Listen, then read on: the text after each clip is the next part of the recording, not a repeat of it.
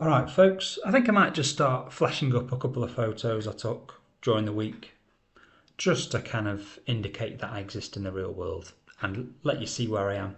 It'll literally be like a couple of seconds at the beginning, so I probably won't even talk about it. And there's my shadow, and we're starting on a high, because I'm almost never in picturesque places like this. I'm normally just existing in my retirement. I'm not on holiday. I have had my portfolio went down by 0.28%, but it did better than my three comparators, which is nice to see. Just the usual stuff I do every week. I'll just show you this spreadsheet. The battery funds seem to have continued their good form based on the news last week. Scottish Mortgage is having a bit. It's above that 860 pence level, where I said I might. Well, I might have said definitely. I don't know, but I haven't sold any yet because I've got. I said that I'd probably sell this 2000 bit that's in the general investment account. I was going to buy Impact's Environmental Markets, and I might still do that.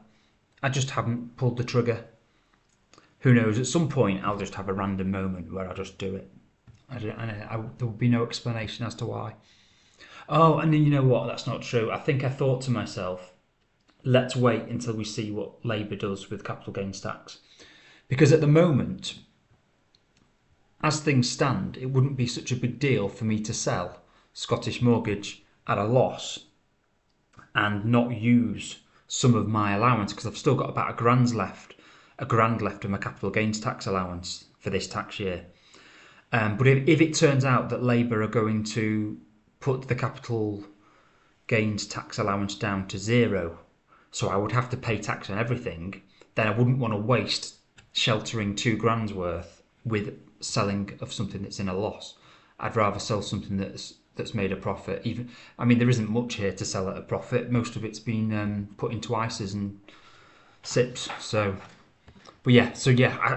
forgot then. There was logic to me not doing it, and I forgot until just then. So yeah, after Labour have confirmed there's no major changes to capital gains tax rules, because the thing is, even if they go capital gains tax allowance to zero, that still wouldn't matter to me, because I've still got loads of losses here that I can offset within the tax year. I can sell all of that, and it would all be offset by other things that I could sell at a loss. I've got minus 4,000 there in general investment accounts. But what if they did something ridiculously crazy, like you can't offset your losses against your gains? So I just want to confirm nothing ridiculous like that happens before I start wasting £2,000 worth of my better nice or whatever you call it. Yeah, so that's where all the performance has come from, or the lack thereof. And then same story for Fundsmith. Anything special of note? McDonald's. Oh yeah, there's the E. coli. It's been linked to the quarter pounders in McDonald's. But as you can see, 7.5%. It's a bad week for McDonald's, but there's other ones that have had just as bad a week, and then things go up and down in that magnitude over weeks anyway when it's individual companies you're talking about. So anyway, that's how Fundsmith did, or the individual holdings in Fundsmith. And we had the smallest week yet, £2.85 in dividends. Just a Fundsmith one. Oh, I forgot to write down what they are, but you can see there it's just Fundsmith, McCormick and Company, Cisco Systems in the SCHD pie. And then we did have quite a busy time on the RNS front.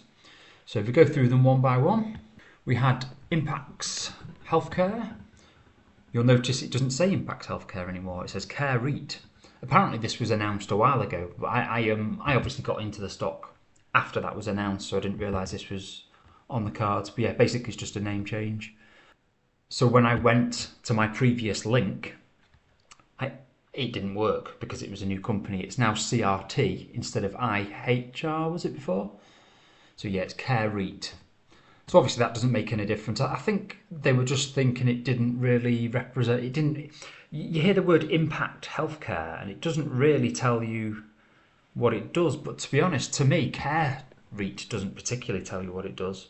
Yeah, I would say Care Home would make more sense. That's Ron Seal does as it says on the tin, isn't it? So it's still a bit vague to me, care. Care about what? You know? Anyway, who cares?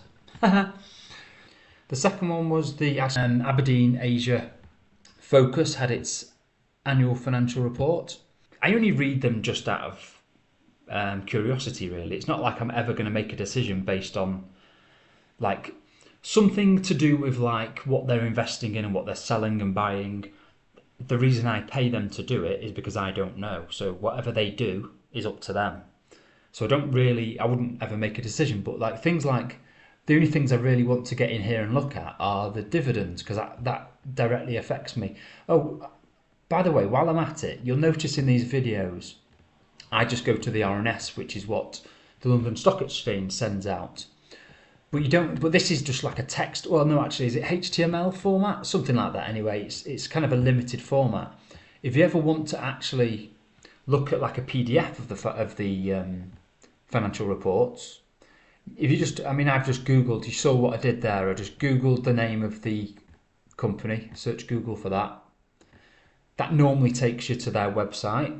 Obviously, you have to make sure you get to their website. I've got links for all of these, so it's easier for me. And then if you just scroll around the website, you'll normally be able to find the latest annual report, which is there for this one. Each website's different, obviously. And then you can get the report that I look at here in this format. You can get here in PDF with fancy pictures and stuff, and you get to see what the managers look like. Who's that guy at the top? I recognise these two. I wonder if this is... that's the chair. That's the chair, and I recognise those two. I've seen them in videos before. Anyway, what's important to me is the dividends per share. And we've got 8.66p this year, but that doesn't tell the full story. This is something that irritated me when I read this a couple of days ago. They keep talking about... Let's find the term that annoyed me. I think it was progressive dividend policy, they say. Yeah, in 2022 they announced a progressive dividend policy.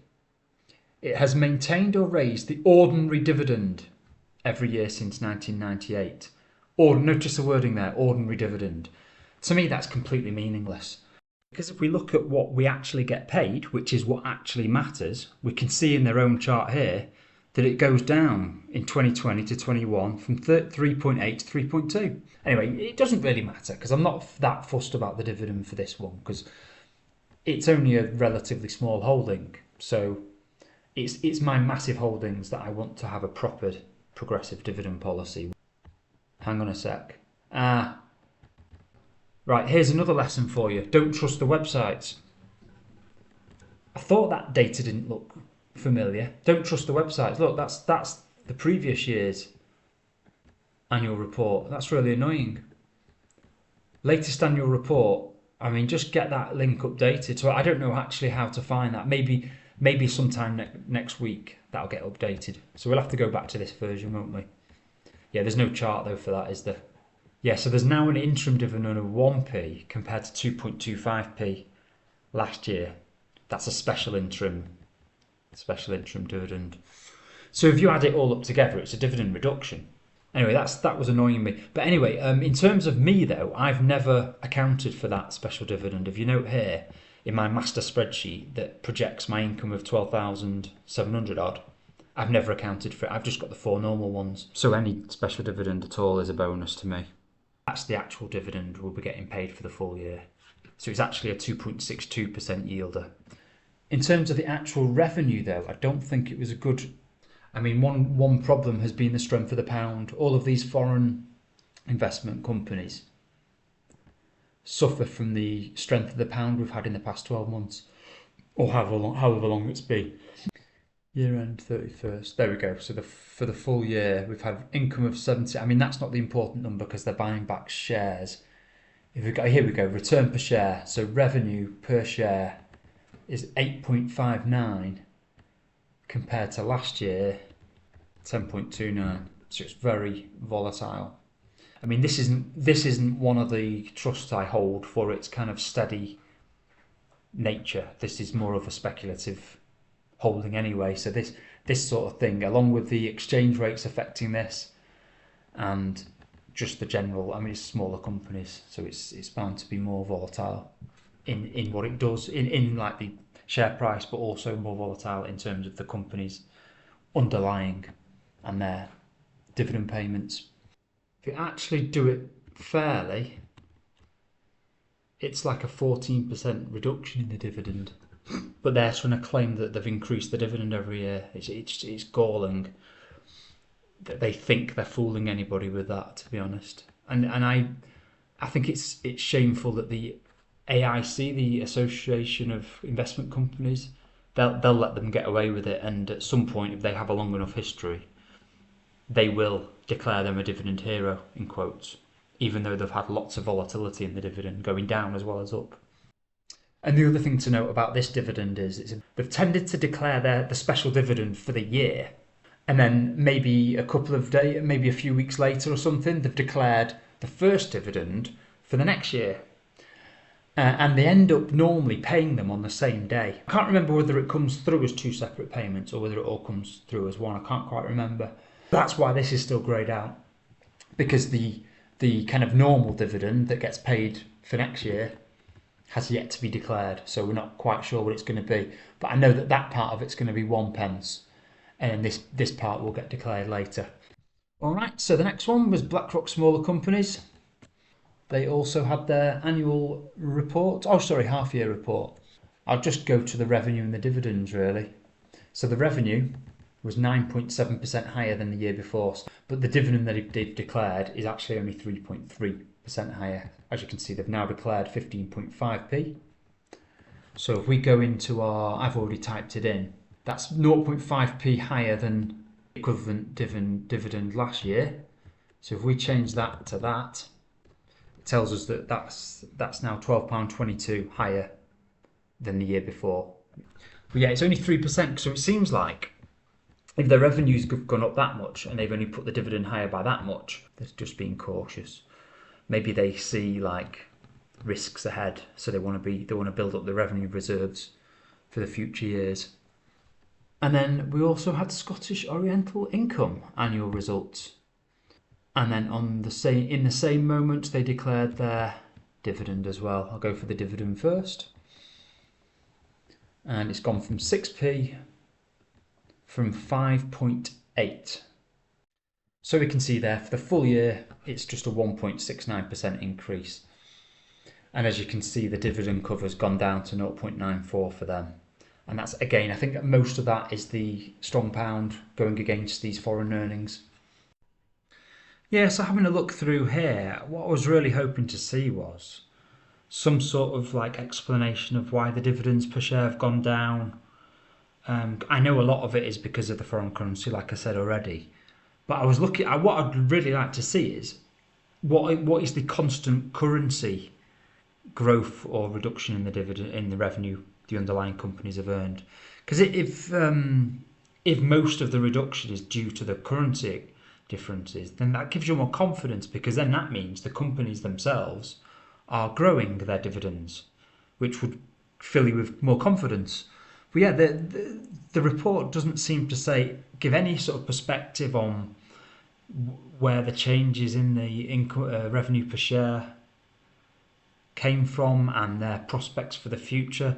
It seemed to be more focused on like market sentiment in different areas of the world and stuff like that. I mean, that stuff I don't really care about. I trust them to look after that stuff. I just want to know what are the prospects and why is the underlying revenue changed over the past year. Anyway, back to the original. Okay, so that was Schroders Oriental, and we also had the two banks release their results for the quarter. Yeah, to be honest, I don't really understand any of this. I did read it, like I say, I always read them, but yeah, I mean, the markets on the day seem to like both of these results, but I don't really care about what happens on the day. I care about what happens in a year. I mean, even if you go to the week, that's what the stocks have done in the week. So the good reaction they had on the day doesn't really matter to me. But if we look at Barclays happened first, I think that was You go to the 5-day. Look at the. But yeah, but if you look at that, it may seem amazing. Oh, we're up 5%, but I mean, look at the whole week. Yeah, and then also Natwest had their results. Again, I don't really understand them, but they seemed pretty good to me. I don't see the point in going into the detail. There wasn't any dividends information released either. That will be the next quarter probably. And what else happened? That's it for the announcements. But yeah, the small incremental increases in my dividends means that, yeah, so we've gone from 3.66% to 3.93% increase, which is nice to see. Okay, that's it then, I guess, for this week. I'll see you next time. Bye bye.